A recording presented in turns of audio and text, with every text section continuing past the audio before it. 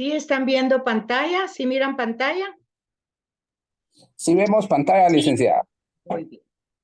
Bueno, pues entonces, como se dan cuenta, decíamos pues de que el tema final es como un género literario, ¿verdad? Que no son oráculos ni profecías, sino que pueden considerarse como un género literario de bendiciones, ¿verdad?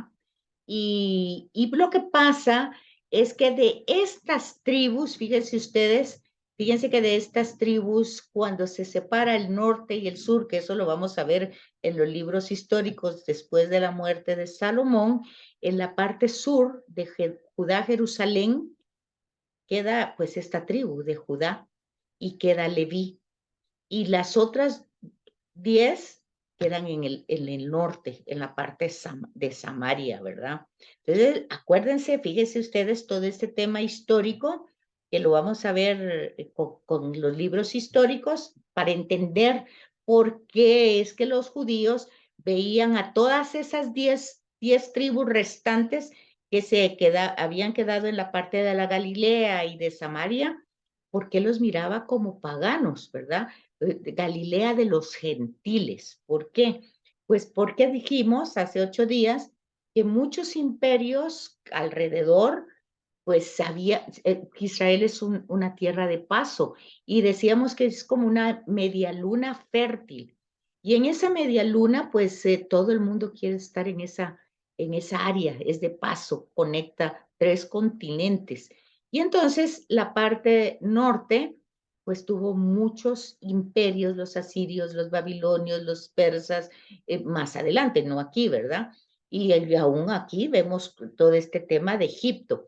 Entonces, vemos toda esa mezcla de cultura y obviamente el monoteísmo, el espíritu de Yahvé, todo lo que esa elección, esos orígenes del pueblo, como pueblo de Dios, pues cuando están en Egipto pues, habían perdido la identidad.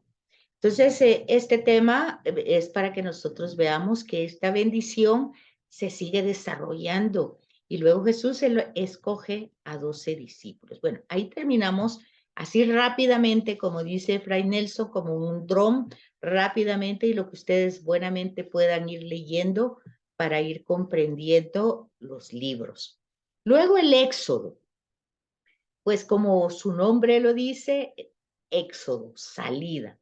Pero otra vez, esta palabra tiene figura, no solo tiene una historia que contar de estos hijos de Jacob que se quedan en Egipto, porque migran de Canaán a Egipto por hambruna, por hambre, ¿verdad? No llovió, no hay cosechas, no hay alimento. Entonces, Egipto, ahí está la narración y la conexión, como José, la providencia de Dios, acuérdense, ¿qué es lo que le ofrece Dios a Abraham? Ser él bendición y ser bendición para los demás. Entonces, ¿qué pasó?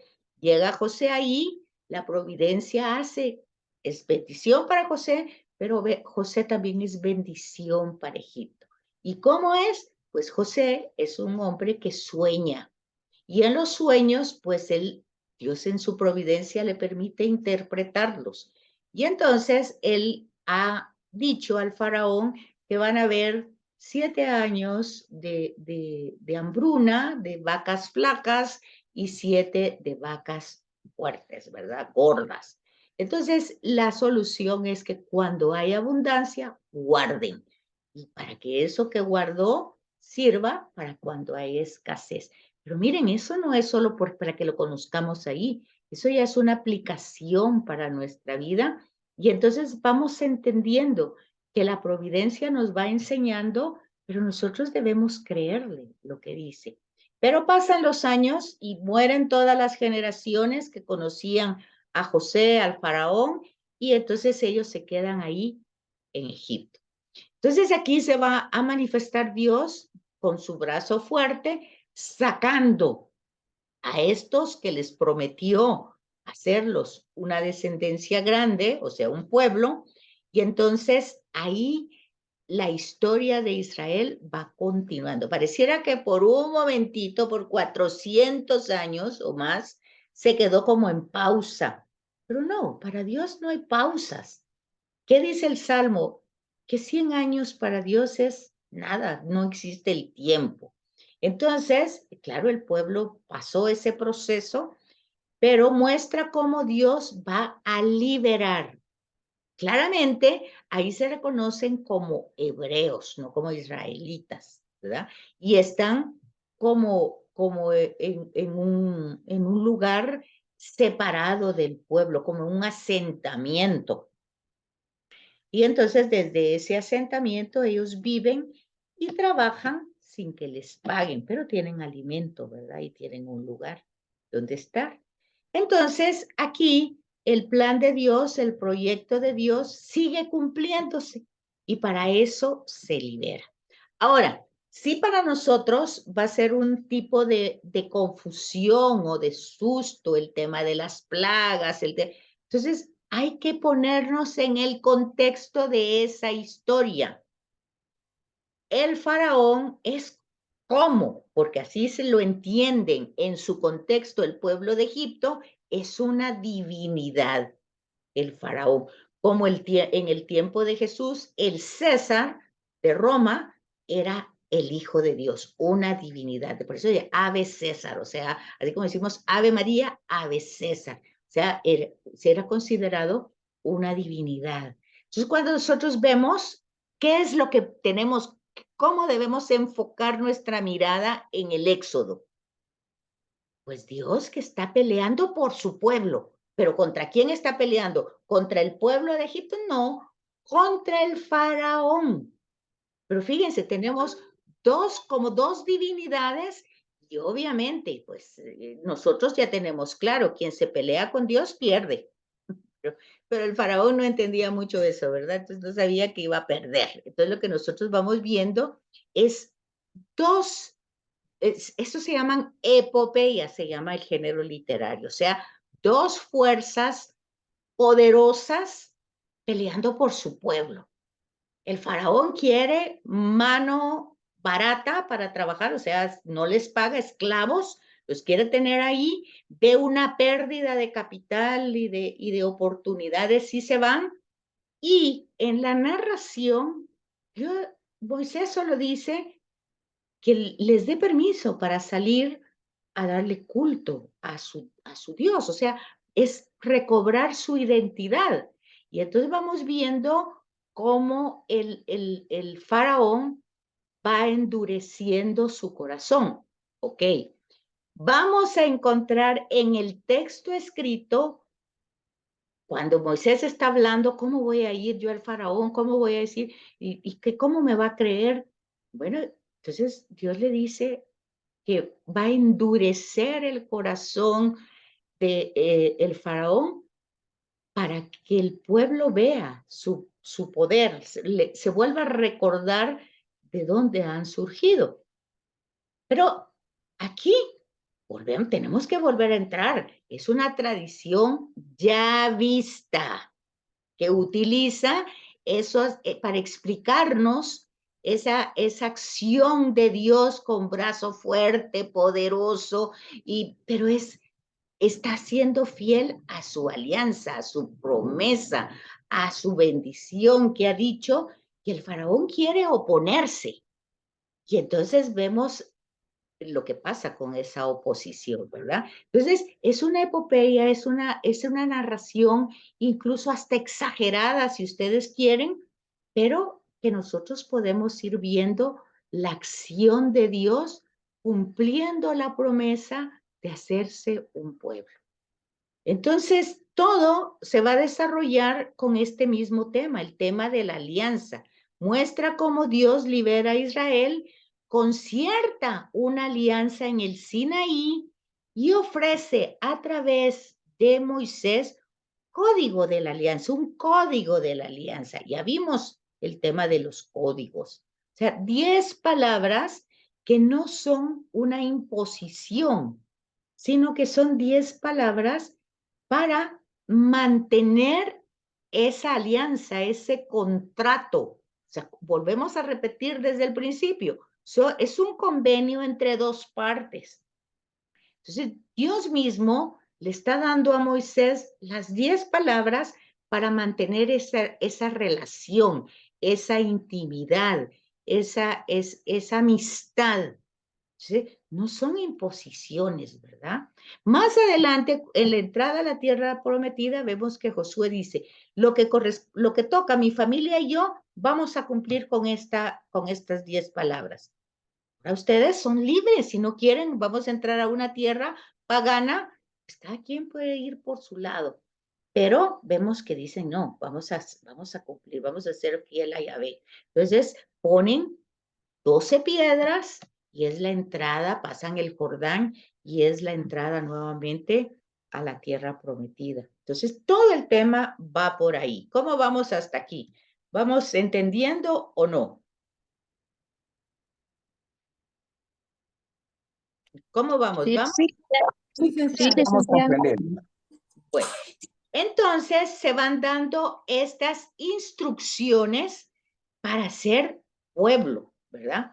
Porque hay que entender que cuando salen de Egipto, cuando Dios los saca de Egipto, pues ellos son esclavos, son descendientes de Abraham, pero ellos han perdido su identidad. Por eso es muy lógico que cuando ellos ven que Moisés desaparece por 40 días, porque sube al Sinaí y ahí se está y ellos ya no lo ven, es como muy lógico, sin identidad, que ellos hagan su becerro, ¿verdad?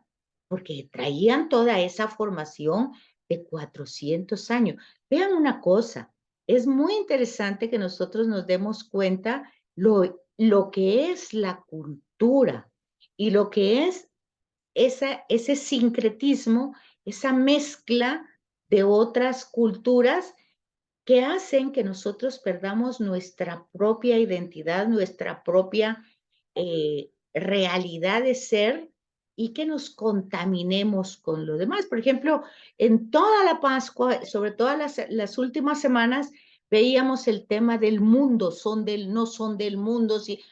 ¿Por qué? Porque culturalmente el mundo, ¿qué es la cultura? Pues es toda la expresión, la música, el arte, la forma de hablar, la forma de vestir, la forma de pensar, todo eso es cultura.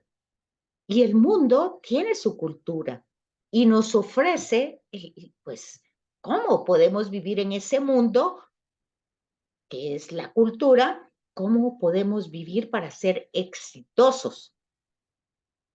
Pues entonces, ¿qué es lo que dice Jesús? No son del mundo, están en el mundo. O sea, los valores del mundo, que compre esta tarjetita, que mire con este carrito, qué tal zona, qué tal casa, qué tal esto, qué tal profesión, que si usted, o sea, eso es Babel. O sea, pero Jesús dice en su despedida, están en el mundo, pero no son del mundo.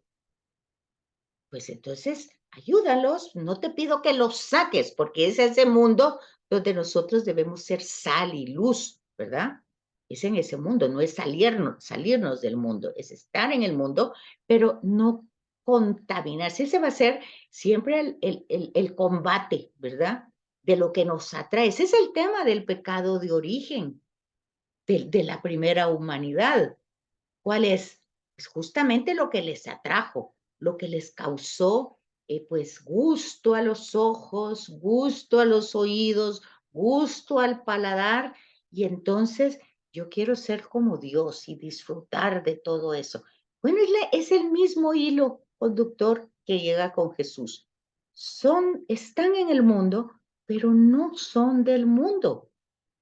Entonces tú ayúdalos y el espíritu que tengo que regresar al Padre para que ese espíritu los capacite a tener ese combate interno, porque es un combate con nosotros, no es un combate con nadie, ¿verdad? Entonces aquí vamos viendo cómo Israel a su vez va acogiendo progresivamente, porque no es de un momento a otro, no es directamente en el Sinaí, sino la historia ahí se terminaría. Pero vemos cómo ese proceso de ir adquiriendo el compromiso de tener a Dios como el único Dios vivo, como el único, no darle ese valor, por decir así, ni a una persona, ni a un animal, ni a una cosa. Cuando digo cosa, hablo de temas materiales, pues a veces las personas dan la vida por un carro, por una casa. ¿Cuántos problemas hay por las herencias? Entonces, pues aquí estamos de paso, pasaje, de paso, el éxodo. Salimos del Padre y estamos en un éxodo para regresar al Padre. Entonces, ese compromiso de ese Dios único, vivo y verdadero, Padre providente, eso es una revelación que hace Jesús. Él aquí todavía estamos en los pasos, ahí sí que como que tenemos cuántos años que estamos empezando a dar pasos, 1 año, 2 años, ahí tambaleando que nos caemos, que esto, que creemos esto y aquello. Entonces, ese compromiso no pasa de un día para otro. Entonces, ¿cuál es la misión entonces de este pueblo? ¿Para qué es elegido este pueblo? Pues justamente para ser custodio, para custodiar y transmitir las promesas que Dios ha hecho a los antepasados e irlos actualizando. Entonces, este pueblo es un pueblo sacerdotal, o sea, todo el pueblo debe hacer eso. Estamos todavía en un momento en el Sinaí donde no hay templo, donde no hay culto, solamente Moisés. Fíjense que aquí se da un paso muy grande, ¿verdad? Porque lo que vimos en Génesis es personas, Abraham, Isaac, Jacob, que son personas tribales de tribus que llevan generaciones, que habitaban en tiendas, que eran nómadas, pero las generaciones se van desarrollando de esa manera hasta que llegan a Egipto, ya dijimos, y se quedan ahí como asentados en un lugar. No son pueblo. Dios los va a hacer pueblo en el Sinaí.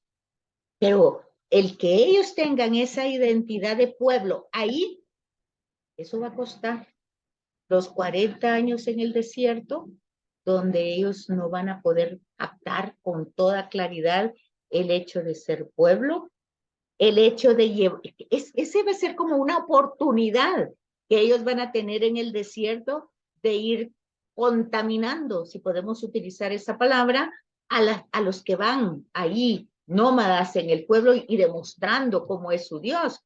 Pero ya vemos que no pasa así. Y si no, lo vemos en el Salmo invitatorio, el 94, donde dice, ¿qué pasa en Masá y en Meribá?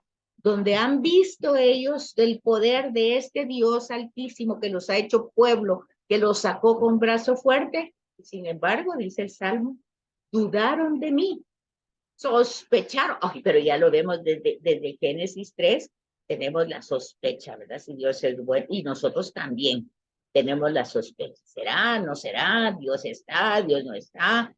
¿Qué pasará? ¿Esto será mentira? ¿Es imaginación? ¿Qué pasa? Entonces, este es el objetivo. A este Dios único, vivo y verdadero, fíjense una cosa, por favor. Dios es una palabra y cada quien va a tener la interpretación de esa palabra según se la transmitieron, según lo van intuyendo, pero todo el tema de Jesús de Nazaret es que Dios deje de ser una palabra y una idea y se vuelva una experiencia. Y así lo vemos que le pasó a Abraham. Para Abraham, Dios no fue una palabra, fue una experiencia a la que le creyó. Lo mismo pasó con Isaac, lo mismo pasó con Jacob y lo mismo pasa con Moisés. Moisés le cree. Entonces, pero eso es individual, personas. Pero en el Sinaí ya no es una persona, ya es un conglomerado que ha sido convocado en el Sinaí, que fue sacado con brazo fuerte para llevarlos a hacer una alianza. Ya no es con una persona, es con un grupo de personas que eran esclavas, no eran nada, que no tenían identidad, y Dios les da la identidad de pueblo. Entonces, su trabajo de este pueblo, su misión, es custodiar todo esto que han recibido y transmitirlo a los demás pueblos, que viene desde los antepasados, ¿verdad? Entonces, y esa es la misión nuestra también. Entonces, ¿cómo se va a estructurar este libro del Éxodo? Pues los estudiosos dicen, distinguen tres partes. El poder de Dios que libera, pero acuérdense cuál es el tema de liberar. Es cumplir la promesa que le ha hecho a Abraham. ¿Qué promesa? Hacer de él una descendencia abundante, o sea, un pueblo, ¿verdad? Y entonces vemos la liberación, una liberación potente contra otra divinidad que es el faraón. Luego tenemos aquí la marcha en el desierto, ¿verdad? Que va, aquí tienen ustedes, aquí este es vea cómo se lee esta cita.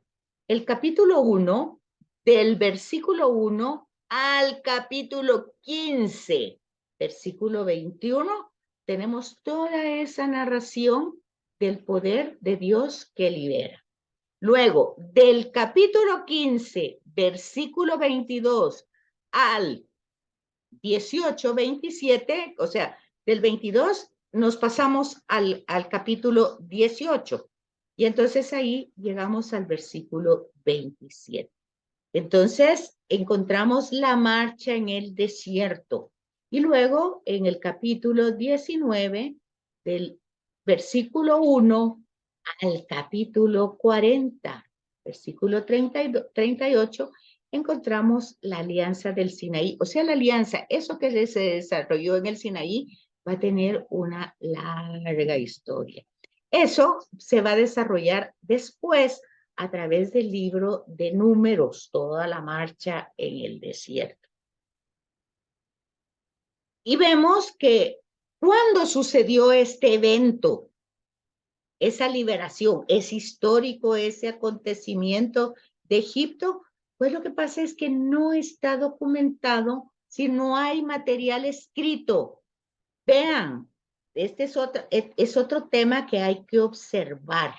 Ese decálogo se escribe en piedra, o sea que no tenemos todavía un proceso de escritura arraigada, al menos en este grupo de gente que vivía en un asentamiento en Egipto, porque Egipto sí tenía ya escritura, se llamaban jeroglíficos, eran signos, pero obviamente estos asentados ahí no tenían esa instrucción, ¿verdad? Entonces no tenemos documentación escrita.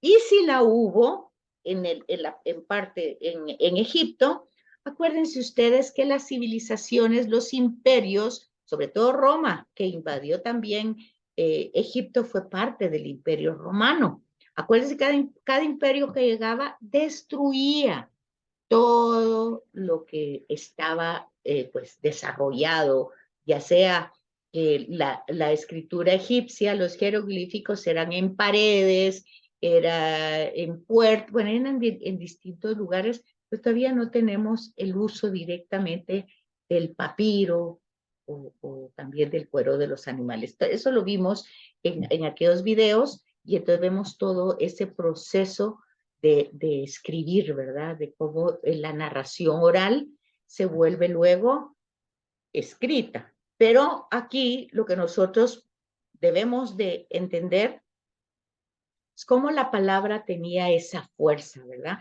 Entonces, este acontecimiento histórico no lo tenemos documentado en libros ni de Israel, no había nada escrito en Israel todavía, y en Egipto tampoco tenemos eso. Entonces, pero la cronología lo va presentando como un momento de la historia válido, pues, ¿por qué válido? Pues porque eso, así como pasó hace, ¿cuánto? 2000 años, sigue pasando hoy. La gente migra cuando no hay comida, cuando no hay trabajo, cuando están en un estado que no pueden realmente, pues, valorar, disfrutar la vida. Entonces, no es como irrazonable o no, de que no haya existido, porque sigue existiendo, ¿verdad? Sigue dándose esa realidad. Entonces, ese sería el marco histórico. Y luego vemos también la vocación. Otra vez, en la vocación está la elección. Y prácticamente la parte de la vocación es la respuesta, o sea, el creerle. Y tenemos pues la zarza ardiendo, ¿verdad? ¿Se dan cuenta ustedes? Esta imagen presenta pues un chiribisco, por decir así. ¿Cuál es el misterio de este chiribisco? Bueno, vean a su alrededor. No hay nada que lo contagie al fuego o que el fuego incendie algo. Es tierra árida, es desierto, está esta zarza pues ardiendo, pero no se consume. Quiere decir que eso en una cuestión de minutos pues se queda en ceniza, ¿verdad? Sin embargo, ahí está la observación y la contemplación de la manifestación. Claramente es tradición eloísta, ¿verdad? Es el fuego. ¿Cómo se va a manifestar? ¿Cómo se va a manifestar el fuego? Vean otro elemento importante también para lo que sirve la escritura, ¿verdad? Para ver que el fuego fue un descubrimiento tardío en la historia de la humanidad. Fue un acontecimiento importante porque los estudiosos aseguran que el descubrimiento del fuego, el fuego se descubrió.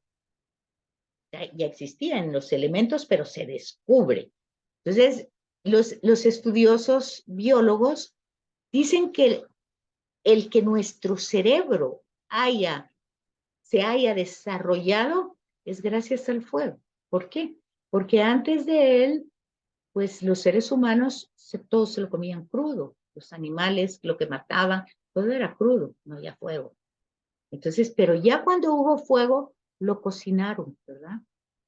Y entonces va teniendo ese proceso y ya el ser humano ya no come así, crudo, así como una pata de conejo sacada con el conejo. Bueno, no. Entonces ya la cocina ya es lo que nosotros vemos de cocinar, ¿verdad? Ya el hecho de que le pongan tomate, cebolla, ya eso ya es otro tema, ¿verdad? Que se vuelvan chef. Pero es como el origen de todo eso. Entonces vamos viendo el tema de esta tradición que ya no es tan primitiva, porque ya hay elementos que se han ido desarrollando, por ejemplo, el descubrimiento del fuego. Fíjense que si ustedes son inquietos y quieren saber y todo, pues entrarían a Google y como en qué época se descubrió el fuego y ubicar entonces aquí como la tradición eloísta para hacer dijera yo, una comparación entre la yavista que se utiliza en formas humanas para hablar de Dios. ¿Cuántos años de diferencia pudieron haber o siglos para ya utilizar elementos? No sé si me captan lo que les digo, ¿verdad? Pero es interesante que nosotros no nos quedemos solo con los indicios que vamos dando en las clases, sino que nuestro intelecto se inquiete y busque más preguntas, y para ubicar en la historia estos acontecimientos y no verlo como mágico, ¿verdad? Pero el punto es que lo que nos interesa aquí en este tema es que la persona de Moisés vio esto y entonces se acercó porque le llamó la atención que esto no se consumía. Y vean ustedes el panorama, ¿verdad? Al no consumirse se acerca y se encuentra con esa llamada a una misión, ¿verdad?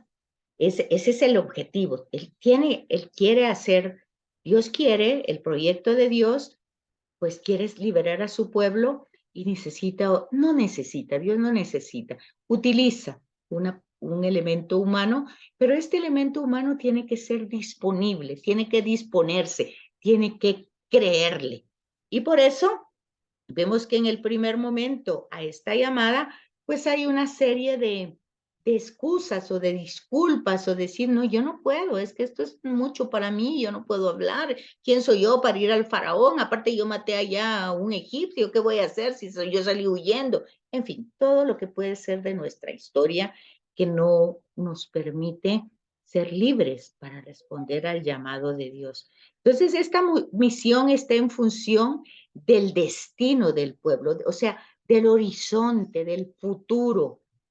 Todas esas promesas de salvación va a depender de que este personaje Moisés le crea a Elohim, es aquí, ¿verdad? Es una tradición eloísta. Y entonces, pues el texto, que es muy bonito, pues nos va desarrollando un diálogo, ¿verdad? Y en ese diálogo, como estamos en un ambiente politeísta, ¿quién de todos los dioses eres? ¿Cómo te llamas? Pues, ¿cuál es tu nombre? Quiero conocerte, pues. Y entonces la respuesta es ontológica, onto de adentro, ¿verdad? Dios no le dijo, mi nombre es Yahvé, ni Elohim, ni Shaddai, no, nada de eso. Eso era una manera como los personajes nombraban a ese ser que habían experimentado en las montañas o en el fuego, bueno, en fin, en cada uno de los elementos.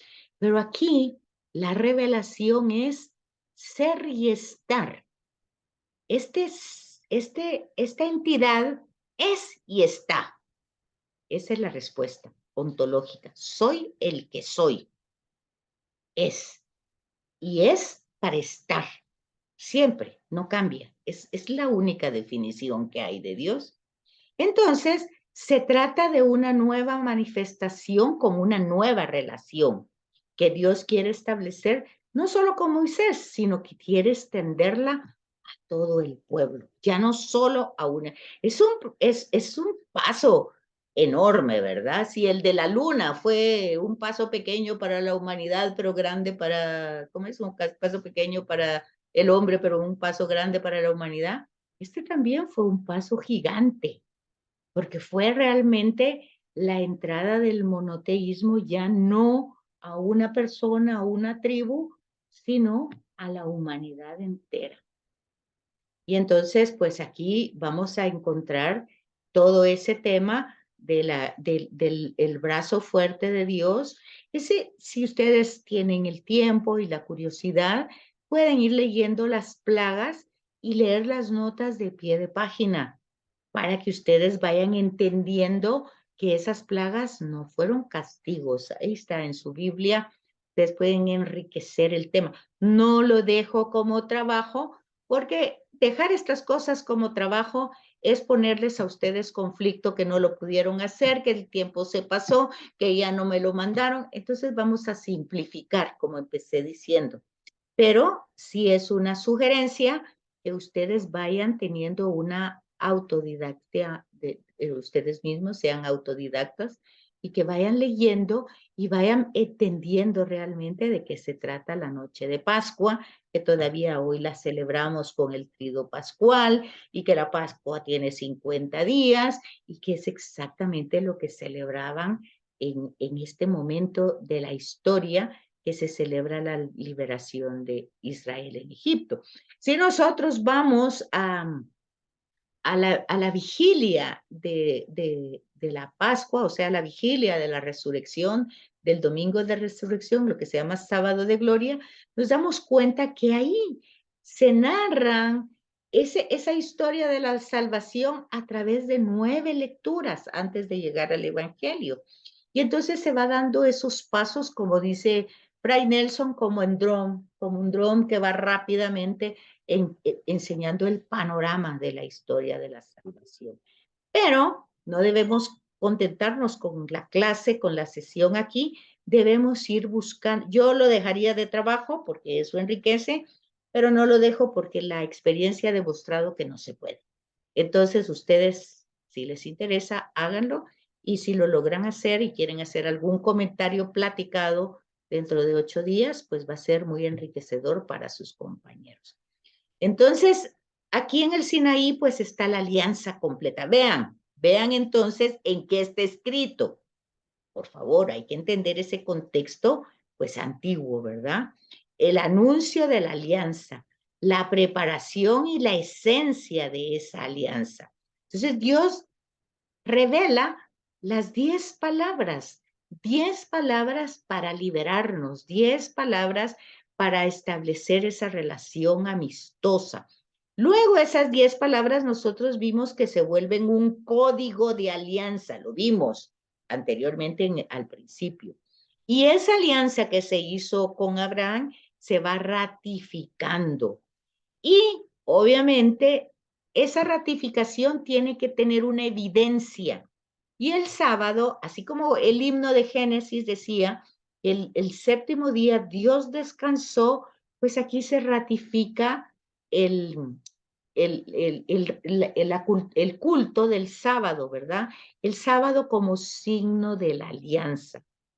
La alianza que se ha roto, que se sigue rompiendo, pero luego Dios que la renova, ¿verdad? Y entonces, luego en Levítico, nosotros vamos a encontrar una serie de códigos y de leyes, que ese decálogo se convierten en 613 leyes, porque se llama casuística, leyes casuística, por casos. Bueno, esas son las 10 palabras, no robar. Pero si yo robo una vaca, ¿qué pasa? Y si yo robo un carnero, y si yo, bueno, entonces cada caso va a tener una ley. Y hay un paso también con la ley de ojo por ojo y diente por diente, que era la que se traía en el periodo tribal, ¿verdad? Lo explicamos en su momento, que las tribus se ponían en grandes guerras porque habían matado su cabrito. Ya eran grandes destrucciones de tribus. Entonces llega esta ley del talión, decir, no se pueden matar toda la tribu por un cabrito. Si te quitan un cabrito, tú, pues, un cabrito, tienes el derecho, pero no de matar a todo el mundo. Bueno, entonces, eso se supera de la ley del talión a la ley mosaica. Es otro periodo histórico largo. Y luego toda esa formación de código y de normas legales en la antigüedad, pues se va desarrollando a través de una religiosidad avanzada. Luego ya en el tiempo de David, pues ya se va presentando todo un código que va desarrollando la historia, leyes, formulaciones. Y entonces van teniendo los nombres de las leyes de acuerdo a los legisladores. Queda un minuto, no sé si tienen dudas, preguntas. ¿Dudas, preguntas? Y entonces solo para terminar, ¿verdad? Al respecto del contexto histórico directamente se está refiriendo desde el exilio babilónico. Sí, pero el exilio de Babilonia fue después, ¿verdad? El exilio de Babilonia fue unos 500 años antes de Jesús. Aquí estamos en el éxodo de Egipto, ¿verdad? Ya ellos, el exilio de Babilonia, ellos ya están establecidos en una tierra, ya tienen templo, ya tienen culto, ya tienen sacerdotes, ya está desarrollado, ya es una civilización. Ese es el exilio de Babilonia. Pero ahí ya hay otro tipo, ahí ya surge otra realidad que es la que encuentra Jesús. Pero aquí estamos y ahí se escribe el Deuteronomio, que es otro libro, ¿verdad? Pero aquí estamos todavía en el Éxodo. Y entonces aquí están el significado global. Primero, la experiencia que vivieron estos esclavos llamados hebreos. Un momento